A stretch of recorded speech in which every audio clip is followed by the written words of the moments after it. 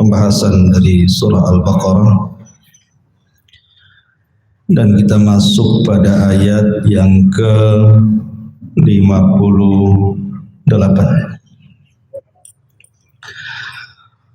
A'udzubillahi minasyaitonir rajim. Bismillahirrahmanirrahim.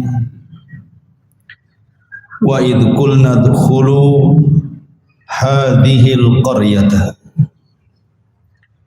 fakulu minha haitsu syi'tum ragadan wadkhulul baba sujjadan wa qulu hittatun naghfir lakum khatayakum wa sanazidul muhsinin. Fabaddala alladhina zalamu qawlan ghayra alladhi qila lahum fa'anzalna 'alal ladzina zalamu rijzam minas sama'i bima kanu yafsukun. Dan ingatlah ketika kami katakan,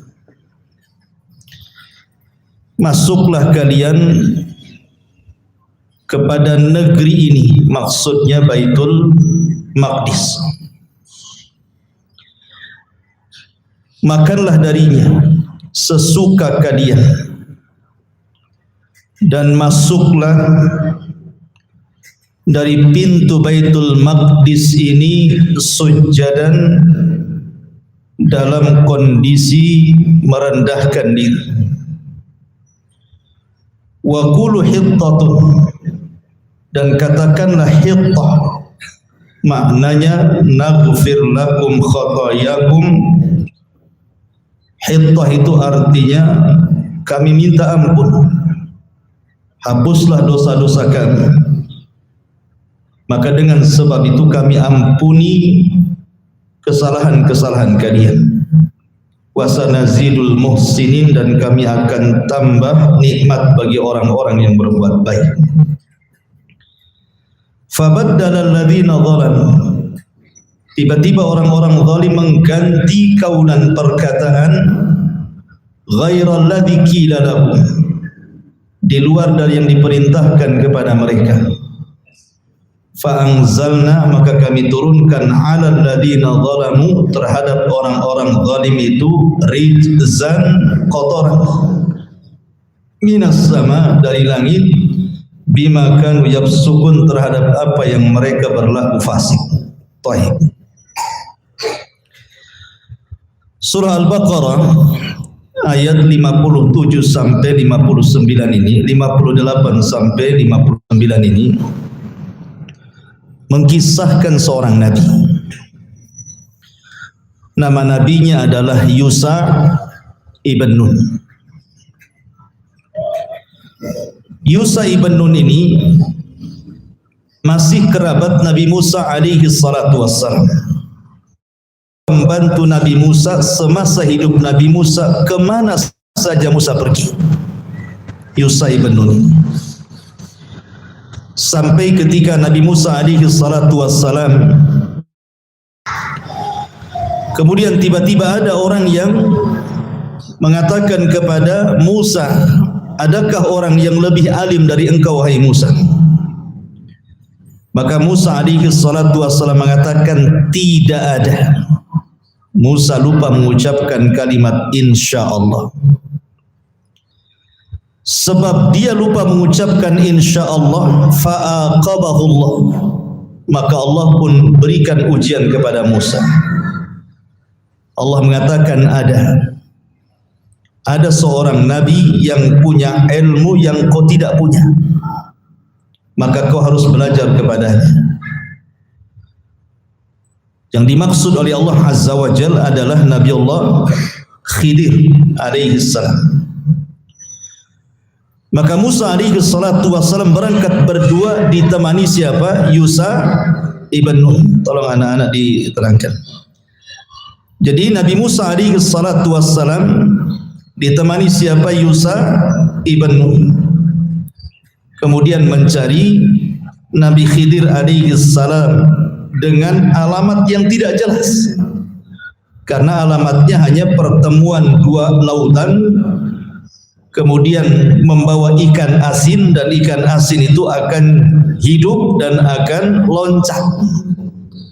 Maka kalau ikan itu hidup dan loncat, ikutilah arah ikan itu, kau akan mendapatkan Khidir di situ. Kan susah tuh cari alamat kayak gitu. Gimana caranya? Gak ada RT-nya, RW-nya, lurahnya, camatnya kan. Sehingga tidak dijelaskan Musa itu berapa lama mencari Khidir ini dengan alamat seperti ini, ditemani dengan Yusha ibn. Tetapi kehendak Allah berjumpa pula Musa dengan Khidir. Disebut Khidir karena mukjizatnya itu bisa menghijaukan tempat yang dilewatinya. Jadi kalau ada tanah gersang, Khidir duduk di situ jadi hijau tuh. Maka disebut Khidir. Hijau artinya. Makanya sayuran itu bahasa Arabnya khadrawah. Lah Yusha ibn Nun ini selalu menemani Musa kemana saja. Bahkan ketika kemudian Nabi Musa berhasil membawa Bani Israel dari Mesir mendekati Palestina, sudah dekat dengan Baitul Maqdis. Maka Musa alaihi salatu wassalam harus melintasi Ariha, dan sementara Ariha itu sudah dihuni oleh orang-orang Arab keturunan kaum Ad, orangnya besar-besar, dan tidak bisa masuk ke Baitul Maqdis kecuali harus berperang bersama mereka. Maka Musa memilih orang-orang pilihan untuk mengintai. Salah satunya adalah Yusha ibn Nun.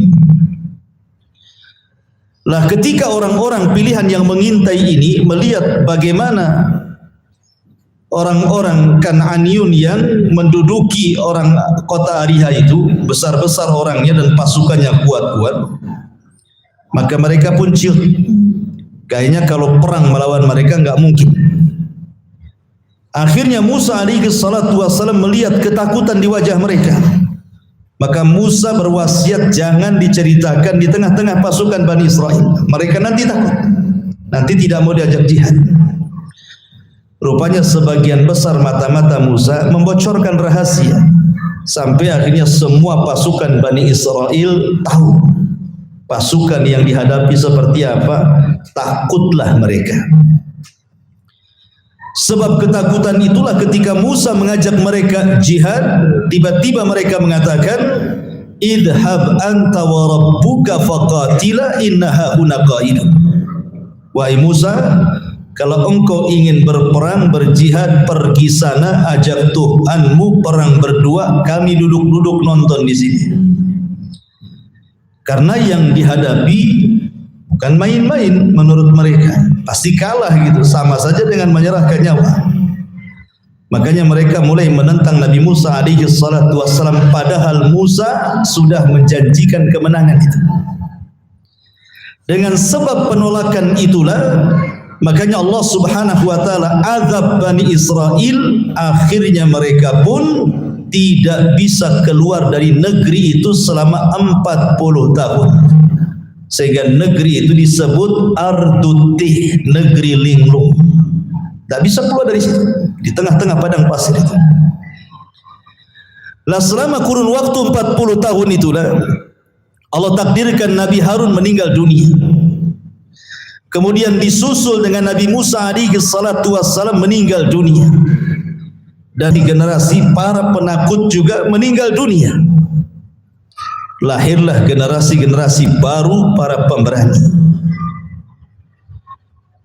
Ketika Nabi Musa sudah meninggal, barulah sadar Bani Israel berharganya Nabi Musa di hadapan mereka. Selama Musa masih hidup, selalu mereka menentang Musa. Begitulah kadang-kadang orang masih hidup, terkadang tidak dikenang kebaikannya. Apalagi seorang tokoh, kalau sudah meninggal baru kemudian dipuji, ternyata tidak ada penggantinya. Masih hidup saja tidak mau ngaji sama dia, udah mati pusing jadi ustaz, masih daurah undang ustaz dari luar. Masyarul muslimin yang dimuliakan Allah Azza wa Jalla, Lah kemudian setelah Musa meninggal, Harun meninggal, generasi para pengecut meninggal, datanglah generasi baru. Mereka para pemberani. Kemudian sebagai pengganti wafatnya Musa, Musa berwasiat kepada Yusa agar menggantikan kepemimpinannya. Dari sinilah Yusa diangkat menjadi Nabi Bani Israel setelah meninggalnya Musa. Dialah yang memimpin Bani Israel. Maka Yusa ibn Nun mempersiapkan pasukan besar para pemberani, siap jihad dan siap mati untuk merebut Baitul Maqdis. Akhirnya kemudian Yusa mau pasukan besar, kemudian mengepung benteng musuh yang menguasai Baitul Maqdis. Dan tidak tanggung-tanggung pengepungan itu selama 6 bulan lamanya, karena bentengnya tidak bisa dijebol masalahnya. Nah setelah kemudian 6 bulan Yusa ibn Nun mengepung kota itu karena ingin merebut Baitul Maqdis. Akhirnya Allah takdirkan setelah 6 bulan benteng itu roboh. Terpaksa mereka harus merobohkan walaupun banyak yang mati. Setelah roboh, maka mereka pun berperang dari mulai fajar sampai hampir tenggelam matahari. Masalahnya, mereka merobohkan benteng itu di fajar hari Jumat. Sementara kemudian ketika matahari hampir tenggelam, berarti masuk hari Sabtu. Dan orang-orang Yahudi sangat mensakralkan hari Sabtu. Bagi mereka hari Sabtu itu hari mulia, tidak boleh perang. Lihat kisah tentang Bani Israel yang melanggar di hari Sabtu. Apa akibatnya? Dikutuk jadi kera dan batu. Sementara ini detik-detik kemenangan itu, hampir sedikit lagi mau menang. Tiba-tiba matahari hampir tenggelam, tidak mungkin diberhentikan perang. Atau pasukan Yusuf harus mundur itu. 6 bulan ngepung benteng, giliran mau menang matahari pula mau tenggelam. Akhirnya Yusa ibn Nun berbicara dengan matahari. Inilah Nabi, satu-satunya Nabi yang berbicara dengan matahari. Kemudian Yusa mengatakan, Ya Syamsa, innaki ma'muratun wa ana ma'mur. Wahai matahari, engkau diperintah Allah, aku juga sama diperintah Allah. Tolong jangan tenggelam dulu. Ketika matahari mendengar perintah Nabi Yusa atas izin Allah, matahari tidak bergerak dari tempatnya. Inilah satu-satunya mukjizat para nabi, yang mampu menghentikan matahari adalah Yusa ibn Nun. Itu mukjizatnya. Matahari bisa berhenti. Yang tadinya mau tenggelam gak jadi tenggelam. Dan matahari itu terus seperti itu sampai perang dimenangkan. Setelah perang dimenangkan baru tenggelam. Jadi ditunggu tuh sama matahari itu. Ya. Dan pada peperangan itu 12.000 pasukan Yusa ibn Nun gugur ketika hendak menguasai kota yang menguasai Baitul Maqdis. Maka Arihah jatuh ke tangan Bani Israel di bawah kepemimpinan Yusa ibn Nun. Padahal cita-cita menguasai Baitul Maqdis ini cita-cita para nabi, termasuk Musa alaihi salam, termasuk Harun alaihi salam. Mereka ingin masuk ke Baitul Maqdis, tetapi Allah takdirkan tidak kesampaian karena orang-orang Bani Israel pengecut, tidak mau diajak jihad di zaman Nabi Musa, sampai mereka diberikan ujian harus tinggal di negeri linglung dengan kesengsaraan. Lah ketika sudah menguasai Ariha, mereka tinggal masuk ke Baitul Maqdis saja. Tetapi Yusa ibn Nun sebagai bentuk syukur bahwa perang sudah dimenangkan, musuh sudah ditaklukkan, Baitul Maqdis sudah di depan mata, maka bentuk syukurnya dijelaskan dalam ayat ini. Disinilah kisah dimulai dalam surah Al-Baqarah. Wa idh qulna dkhulu hadhil qaryah. Dan ingatlah ketika kami katakan masuklah kalian ke Baitul Maqdis. Kalian sudah menang. Kalian tidak melangkah saja ke Baitul Maqdis itu. Fakulu minha haitsu syi'tum ragadan. Dan di depan kalian banyak makanan. Karena bisnis yang paling menguntungkan itu perang. Kalau menang, dapat negara, dapat tanah, dapat rumah, dapat makanan, semua dapat. Kalau menang. Kalau kalah, mati konyol lah. Makanya nikmat Allah, harta rampasan orang di mana-mana, budak di mana-mana, rizki banyak di mana-mana. Makanya Allah mengatakan fakulu minha. Kau sudah 40 tahun kelaparan di bumi linglung, sekarang semua ada di depan kalian. Fakulu minha, makan. Haitsu syi'tum ragadan, terserah kalian mau waktu kapan saja. Kalian diberikan nikmat di hadapan kalian, terbentang rizki Allah Subhanahu wa taala. Tapi syaratnya 2. Yusai bin Nun meminta 2 syarat. Bersyukur kepada Allah Subhanahu wa taala secara perbuatan dan bersyukur kepada Allah secara ucapan. Adapun secara perbuatan, wadkhulul baba sujjadan. Masuk ke negeri itu sujjadan, dengan kondisi sujud. Maksudnya sujud di sini bukan sujud cemana sujud memerangkak. Maksudnya di sini merendahkan diri dengan menundukkan kepala. Karena bersyukur kan, disuruh menundukkan kepala mereka. Bersyukur kepada Allah Azza wa Jalla di hadapan mereka, Baitul Maqdis dan rizki yang banyak. Ini secara perbuatan. Adapun ucapan, wa qulu hittah. Ucapkan hittah. Arti hittah itu khutta anna khatayana, ya Allah ampunilah dosa dan kesalahan kami. Cukup mengucapkan kalimat itu, maka Allah akan ampuni semua dosanya. Jadi mereka menundukkan pandangan, kemudian mengucapkan satu kalimat yang bisa menghapuskan semua kesalahan mereka. Karena kalau mereka mengatakan hittah, apa kata Allah? Naghfir lakum khatayakum, kami ampuni kesalahan kalian. Wasanazidul muhsin, kami tambah nikmat orang-orang berbuat baik itu. Tapi apa kelakuan Bani Israel? Bukannya menundukkan kepala sebagai bentuk tawaduk mereka, malah mereka berjalan dengan cara mundur. Cara nungging, tuh antum nungging, pantatnya dari depan. Ya, harusnya ke sini malah ke sini. Jadi Baitul Maqdis ditunggingi sama dia.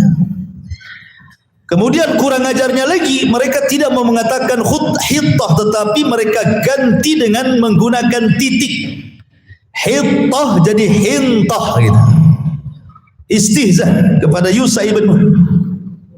Apa bedanya hittah dengan hintah? Kalau hittah, ya Allah ampuni dosa kami. Kalau hintah, ya Allah berikan makan kepada kami. Minta makan. Disuruh minta ampun, minta makan. Kurang ajar tuh. Ya. Disuruh berjalan ke depan dengan menunduk, malah menunggi. Disuruh mengatakan hintah, malah hintah. Itulah Bani Israel. Makanya mereka tidak pernah diampuni dosa-dosanya dan tidak pernah ditambah nikmatnya. Apa yang terjadi? Fabaddalal ladzina zalamu qaulan ghairal ladzi qila lahum. Maka Allah Subhanahu wa taala menjelaskan perbuatan orang-orang zalim dari Bani Israel ini. Fabaddalal ladzina zalamu, maka orang-orang zalim itu mengganti qaulan, perkataan hittah menjadi hintah. Ghairal ladzi qila lahum, bukan yang diperintahkan kepada mereka. Dari sini Allah murka, fa anzalna 'alal ladzina zalamu rijzan minas sama, maka Allah turunkan kepada orang-orang zalim rijzan. Rijzan di sini artinya taun, wabah penyakit.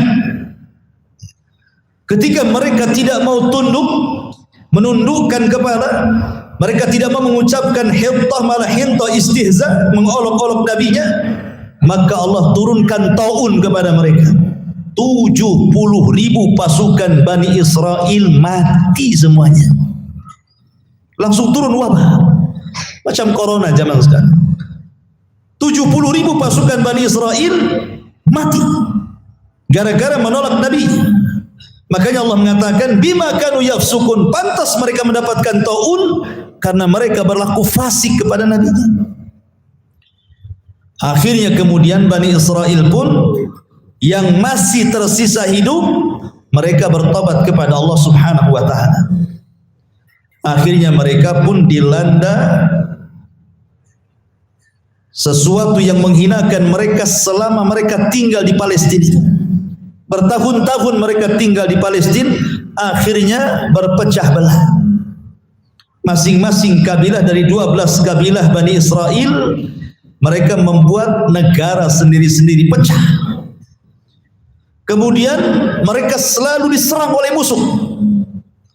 Sampai akhirnya datang seorang yang bernama Bukhtun Nasr.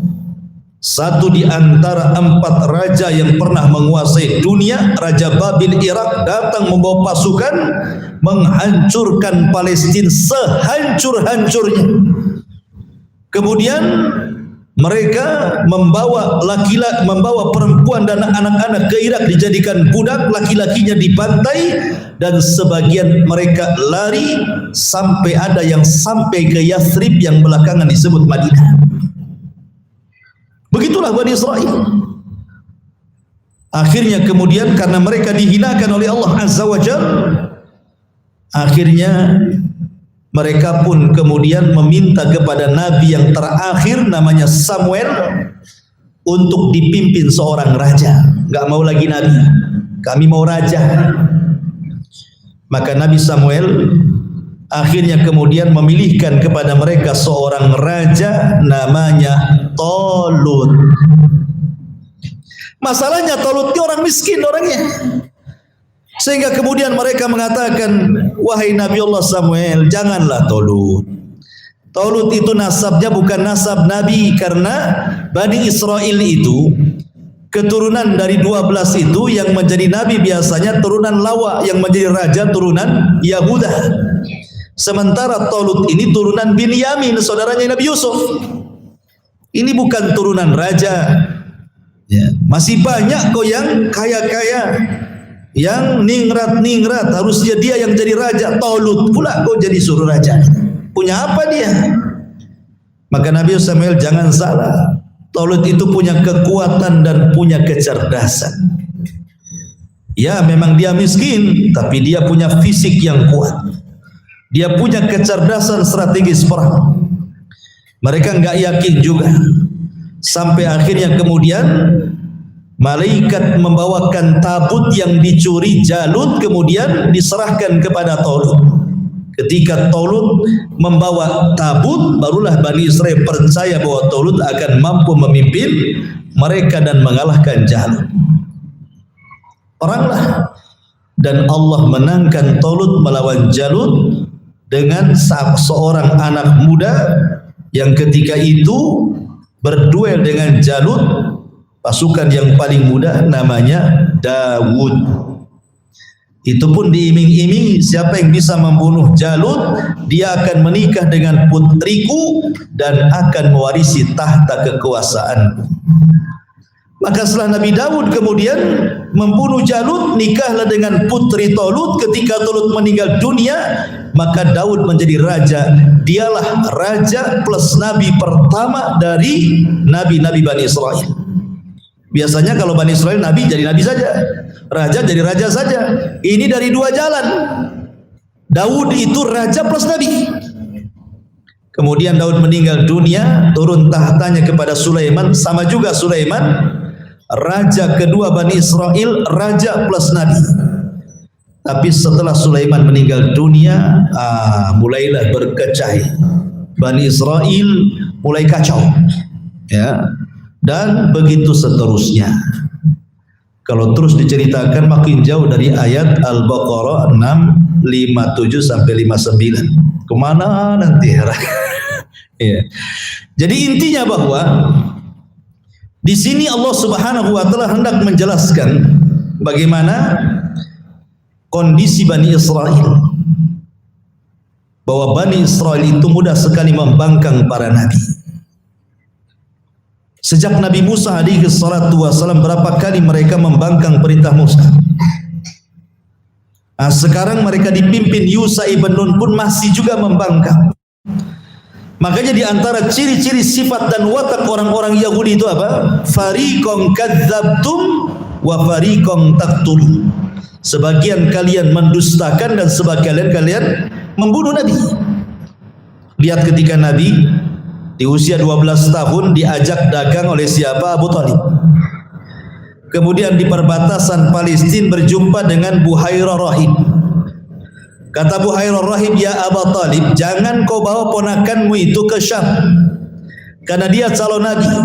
Kalau orang-orang Syam, orang-orang Yahudi Syam itu tahu dia calon Nabi, dia akan dibunuh. Sebaiknya kau pulangkan dia ke Mekah.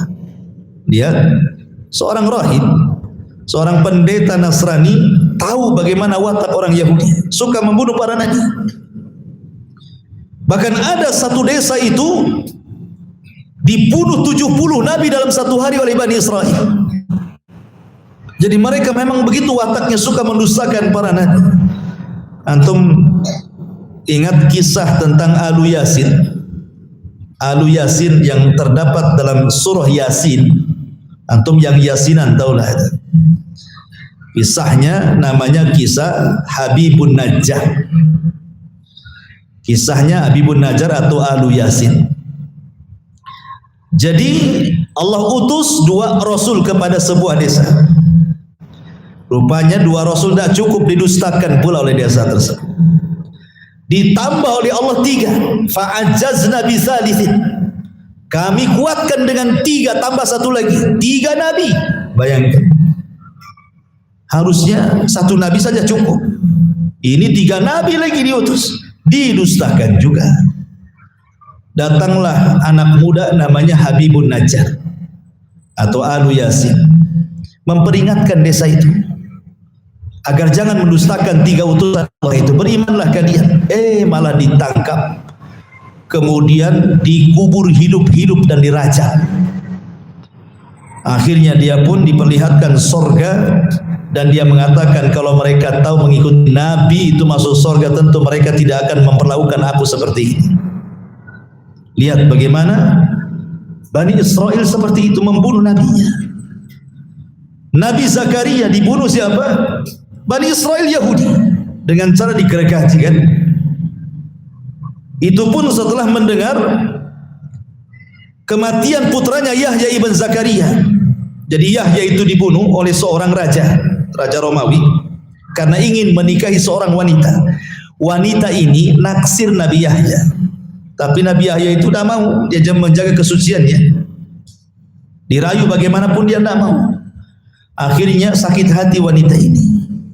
Karena sakit hati kemudian dia pun menggoda raja dan siap dinikahi raja, padahal masih ada hubungan mahram tuh. Sampai akhirnya raja pun jatuh cinta dan terpincut wanita jahat, wanita baghi. Kemudian ketika raja sudah jatuh cinta, sudah gila-gila sama wanita ini mengatakan, saya siap jadi istrimu asal maharnya kepala Nabi Yahya. Maka diutuslah utusan. Maka kemudian dicarinya Nabi Yahya, setelah ketangkap dipenggal lehernya. Subhanallah. Dan lehernya, badannya dikirim ke bapaknya Zakaria, kepalanya dibawa ke istana dan diletakkan di piring sebagai mahar wanita pelacur itu. Ketika melihat jasad anaknya, bagaimana coba Nabi Zakaria? Akhirnya tiba-tiba raja pun ingin membunuh ayahnya Zakaria. Larilah Zakaria ke hutan. Kemudian dia pun di antara mukjizatnya tiba-tiba ada satu pohon memanggil dia. dan mengatakan, ya Zakaria, masuklah ke dalam diriku supaya orang-orang yang mengejarmu tidak tahu. Maka terbelahlah pohon itu, masuk Zakaria di situ. Rupanya ada iblis yang mengikuti Zakaria. Iblis itu mengikuti terus kemana larinya Zakaria. Ketika iblis tahu Zakaria masuk ke pohon itu, Allah takdirkan sebagian bajunya nongol keluar, nggak masuk semua. Ketika tentara mencari ke hutan ke sana kemari nggak ketemu tuh, tiba-tiba iblis datang berbentuk manusia mengatakan kepada pasukan Romawi dan mengatakan, kalau kalian ingin mencari Zakaria, itu ada di pohon sana. Sebagai buktinya tuh nampak pakaiannya nongol katanya. Bawa gergaji saja tuh. Akhirnya digergajilah pohon itu. Kemudian Zakaria meninggal dunia.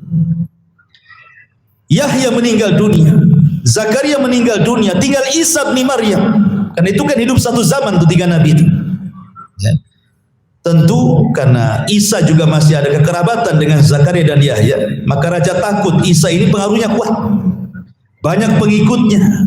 Jangan-jangan nanti Isa memberontak katanya. Karena takut, raja akhirnya pun memerintahkan untuk membunuh Isa. Akhirnya memerintahkan pasukan mencari Isa bin Maryam. Kemudian Jibril memberitahu Isa bahwa akan ada pasukan besar yang akan mengepung tempat markas dia. Maka dia pun mengumpulkan ansarnya, para penolongnya dari 12 orang itu.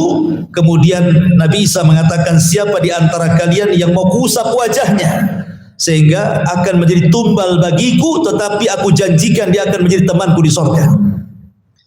Akhirnya kemudian salah satu yang paling muda siap untuk berkorban. Diusaplah wajahnya, kemudian persis wajahnya seperti Isa bin Maryam.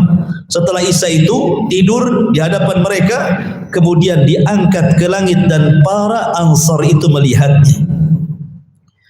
Sebelum Isa diangkat ke langit, maka Isa berwasiat kepada para ansarnya itu agar mendakwahkan dakwah Nasrani ke kabilah-kabilah di mana mereka akan berdakwah.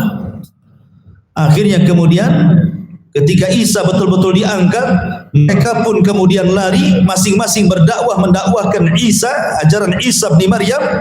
Tapi yang satu tetap di rumah itu. Dialah yang ditangkap dan ditumbalkan, akhirnya disalib, kemudian dibunuh di tiang saliban. Sehingga orang Yahudi mengatakan, inna qatalnal masih ibn Maryam, kami sudah membunuh Isa bin Maryam.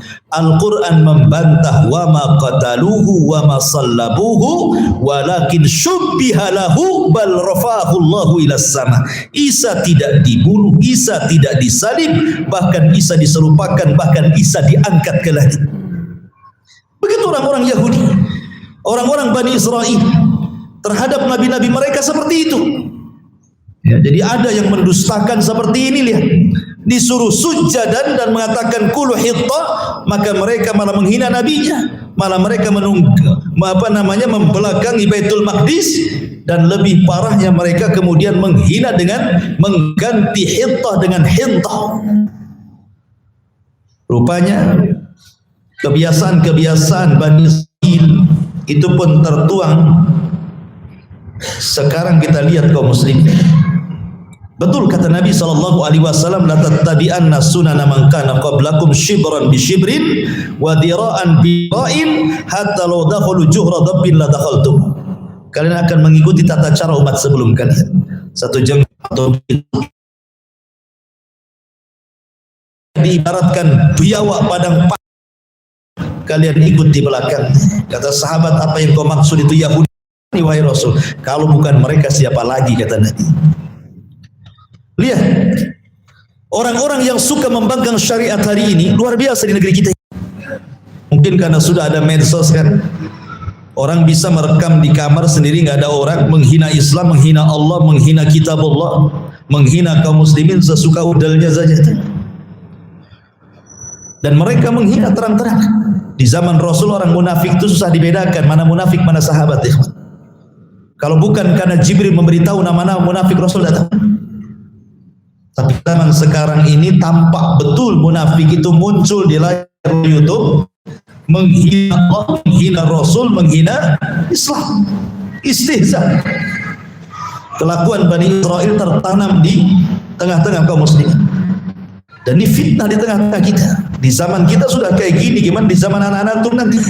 Kalau antum tidak bekali hari ini dengan akidah yang kuat anak-anak kita, tentu fitnah anak-anak kita jauh lebih besar dibandingkan fitnah hari ini. Makanya di sini Al-Quran itu bukan hanya bicara tentang kisos kemudian diceritakan kisah-kisah, oh enak ya kisahnya, bukan itu, ya. Tetapi setiap kisah dalam Quran itu ada ibrah, pelajaran. Kita petik pelajarannya, bukan enak ceritanya. Nah Ustaz, setiap sebelum tidur saya dengar tuh kisah-kisah para nabi Ustaz. Cuman itu saja. Habis itu tidur, besoknya lupa. Kisah-kisah yang diceritakan dalam Al-Quran itu kan untuk diikuti. Makanya Allah mengatakan fabihudahumuk tadi, dengan petunjuk mereka ikutlah mereka, ikutilah para nabi dan rasul. Kemudian Allah Subhanahu wa taala mengatakan wa idistasqa Musa liqaumihi faqul nadrib bi asakal hajar fanfajarat minhu 12 aynan qad alima kullu unasin mashrabahum kulu washrabu min rizqillahi wa la ta'saw fil ardi mufsidin. Dan ingatlah ketika Musa meminta hujan, dan ketika Musa hujan untuk kaumnya, faqul nadrib bi asakal hajar, kami katakan pukullah dengan tongkat wahai Musa batu itu. Fanfajarat minhu 12 ayna, tiba-tiba dari batu itu keluar mata air 12 mata air disesuaikan dengan jumlah kabilah Bani Israel. Kenapa mesti 12? Kenapa enggak satu sumber saja? Takut rebutan, karena Bani Israel satu kabilah dengan kabilah yang lain tidak akur masalahnya. Makanya Musa memberikan mata air satu-satu. Dan ini bentuk mukjizat Musa, bisa memukulkan tongkat keluar air. Kalau antum mau tongkatnya sampai hancur dipukul-pukul ke batu, nggak akan keluar air.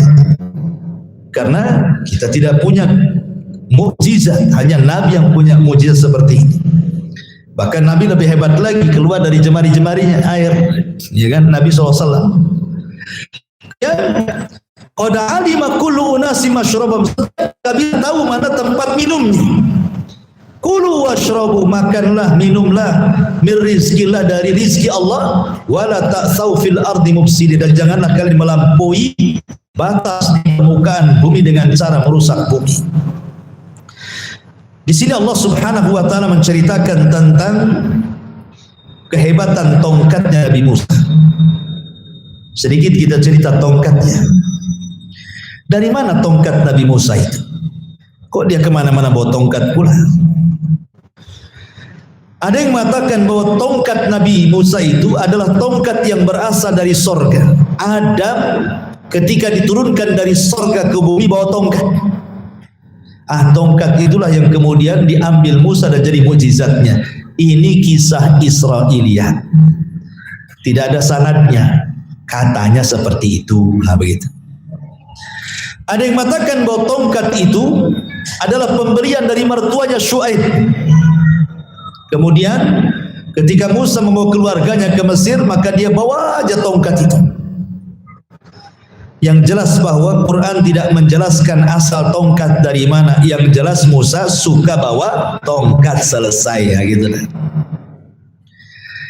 Lah di antara fungsi-fungsi tongkat itu, biasanya Musa menggunakan tongkat itu untuk menopang kalau dia jalan, menopang kalau dia berdiri, atau mengorek tanah kalau mencari air. Itu tongkatnya. Kemudian yang kedua, ketika Nabi Musa berjalan bersama keluarganya dari Madian ke Mesir, tiba-tiba tersesat, akhirnya kemudian obornya padam. Malam-malam gelap, tidak bisa melanjutkan perjalanan. Maka Musa meminta kepada keluarganya untuk mencari penerangan. Rupanya dari jauh nampak ada api dari pohon. Kemudian ditinggalkan keluarga, dicarinya titik terang itu. Rupanya ada api hidup di tengah-tengah pohon zaitun. Anehnya pohon itu tidak terbakar. Tapi apinya makin gede, makin didekati makin gede, makin dekati makin gede. Tapi nggak kebakar pohon itu, padahal apinya nempel di pohon. Tiba-tiba kemudian setelah dekat dengan api mau mengambil api itu, di balik api ada suara, ya Musa, innani anallah, wahai Musa, aku adalah Tuhanmu Allah. Inilah dialog pertama Nabi Musa dengan Allah. Makanya Musa disebut kalimullah. Tiba-tiba Allah mengatakan, ya Musa, lemparkan tongkatmu, wala takhaf, jangan takut. Tiba-tiba kemudian dilemparkan, ketika dilemparkan berubah jadi ular. Kagetlah Musa ini, apa tongkatnya jadi ular? Kemudian Allah mengatakan, khudha wala takhaf, ambil tongkatmu yang sudah jadi ular itu.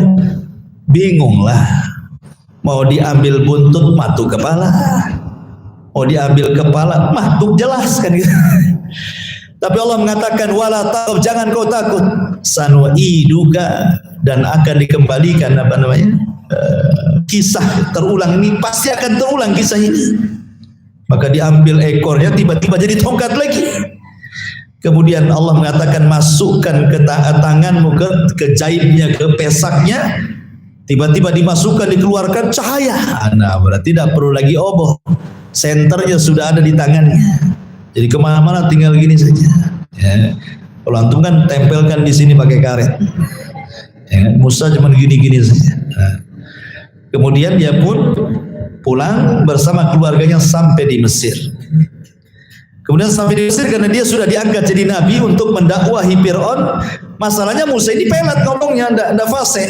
Tapi dia punya abang namanya Harun, fasih orator. Dia minta kepada Allah, ya Allah, jadikanlah abangku ini nabi, biar dia berdakwah bersama menghadapi Fir'aun. Allah kabulkan, jadilah Harun nabi atas permintaan Musa. Maka kemudian berhadap-hadapanlah Musa dengan Harun dan juga Fir'aun. Nah, di situ terulang lagi tongkat itu. Ketika kemudian Fir'aun mengingkari kenabian, dilempar tongkat di hadapan Fir'aun, jadi ular, takut semua satu istana itu. Kemudian ketika dimasukkan, tangan bercahaya. Tapi Fir'aun pun tetap tidak percaya dia seorang nabi. Jangan-jangan Musa itu tukang sihir. Kalau begitu, hai Musa, kami siap mendatangkan tukang sihir. Duelah kau dengan tukang sihirku, katanya. Akhirnya dijanjikan, waktunya waktu duha, didatangkan tukang sihir banyak. Nabi Musa menghadapi 70.000 tukang sihir Fir'aun. Mereka melempar tali dan benang-benang mereka, sihru takhyil. Mereka hanya menghayalkan saja. Itu kan tali benang jadi ular, dihayalkan. Tapi tongkat yang dilempar Musa ini ular beneran. Ini tukang sihir nih, setelah ular-ular takhilnya, hayalannya dimakan tongkat Nabi Musa itu, mereka berkomat kamit. Kok nggak bisa kebayang ini ular ke apa gitu ya? Ya karena memang ular beneran. Nah, kalau mereka bisa berkomat kamit ular yang dari tambang, tentu ya itu tambang aja kan itu. Dari situ mereka mengatakan ini bukan sihir, ini kekuatan gaib, ini kekuatan dari Rabb yang Maha Kuasa. Dari situlah tukang sihir sujud dan bertobat. Kemudian di antara fungsi tongkat itu, ketika Musa membawa Bani Israel ternyata dihadang lautan, kata Allah, pukulkan lautan dengan tongkat itu, dipukulkan jadi 12 jalan. Kemudian fungsi tongkat di sini yang kita akan kisahkan waktu sehingga ceritanya sampai tongkat. Subhanallah bihamdika asyhadu an la ilaha illa anta astaghfiruka wa atubu ilaik. Allahu ta'ala. Assalamualaikum warahmatullahi wabarakatuh.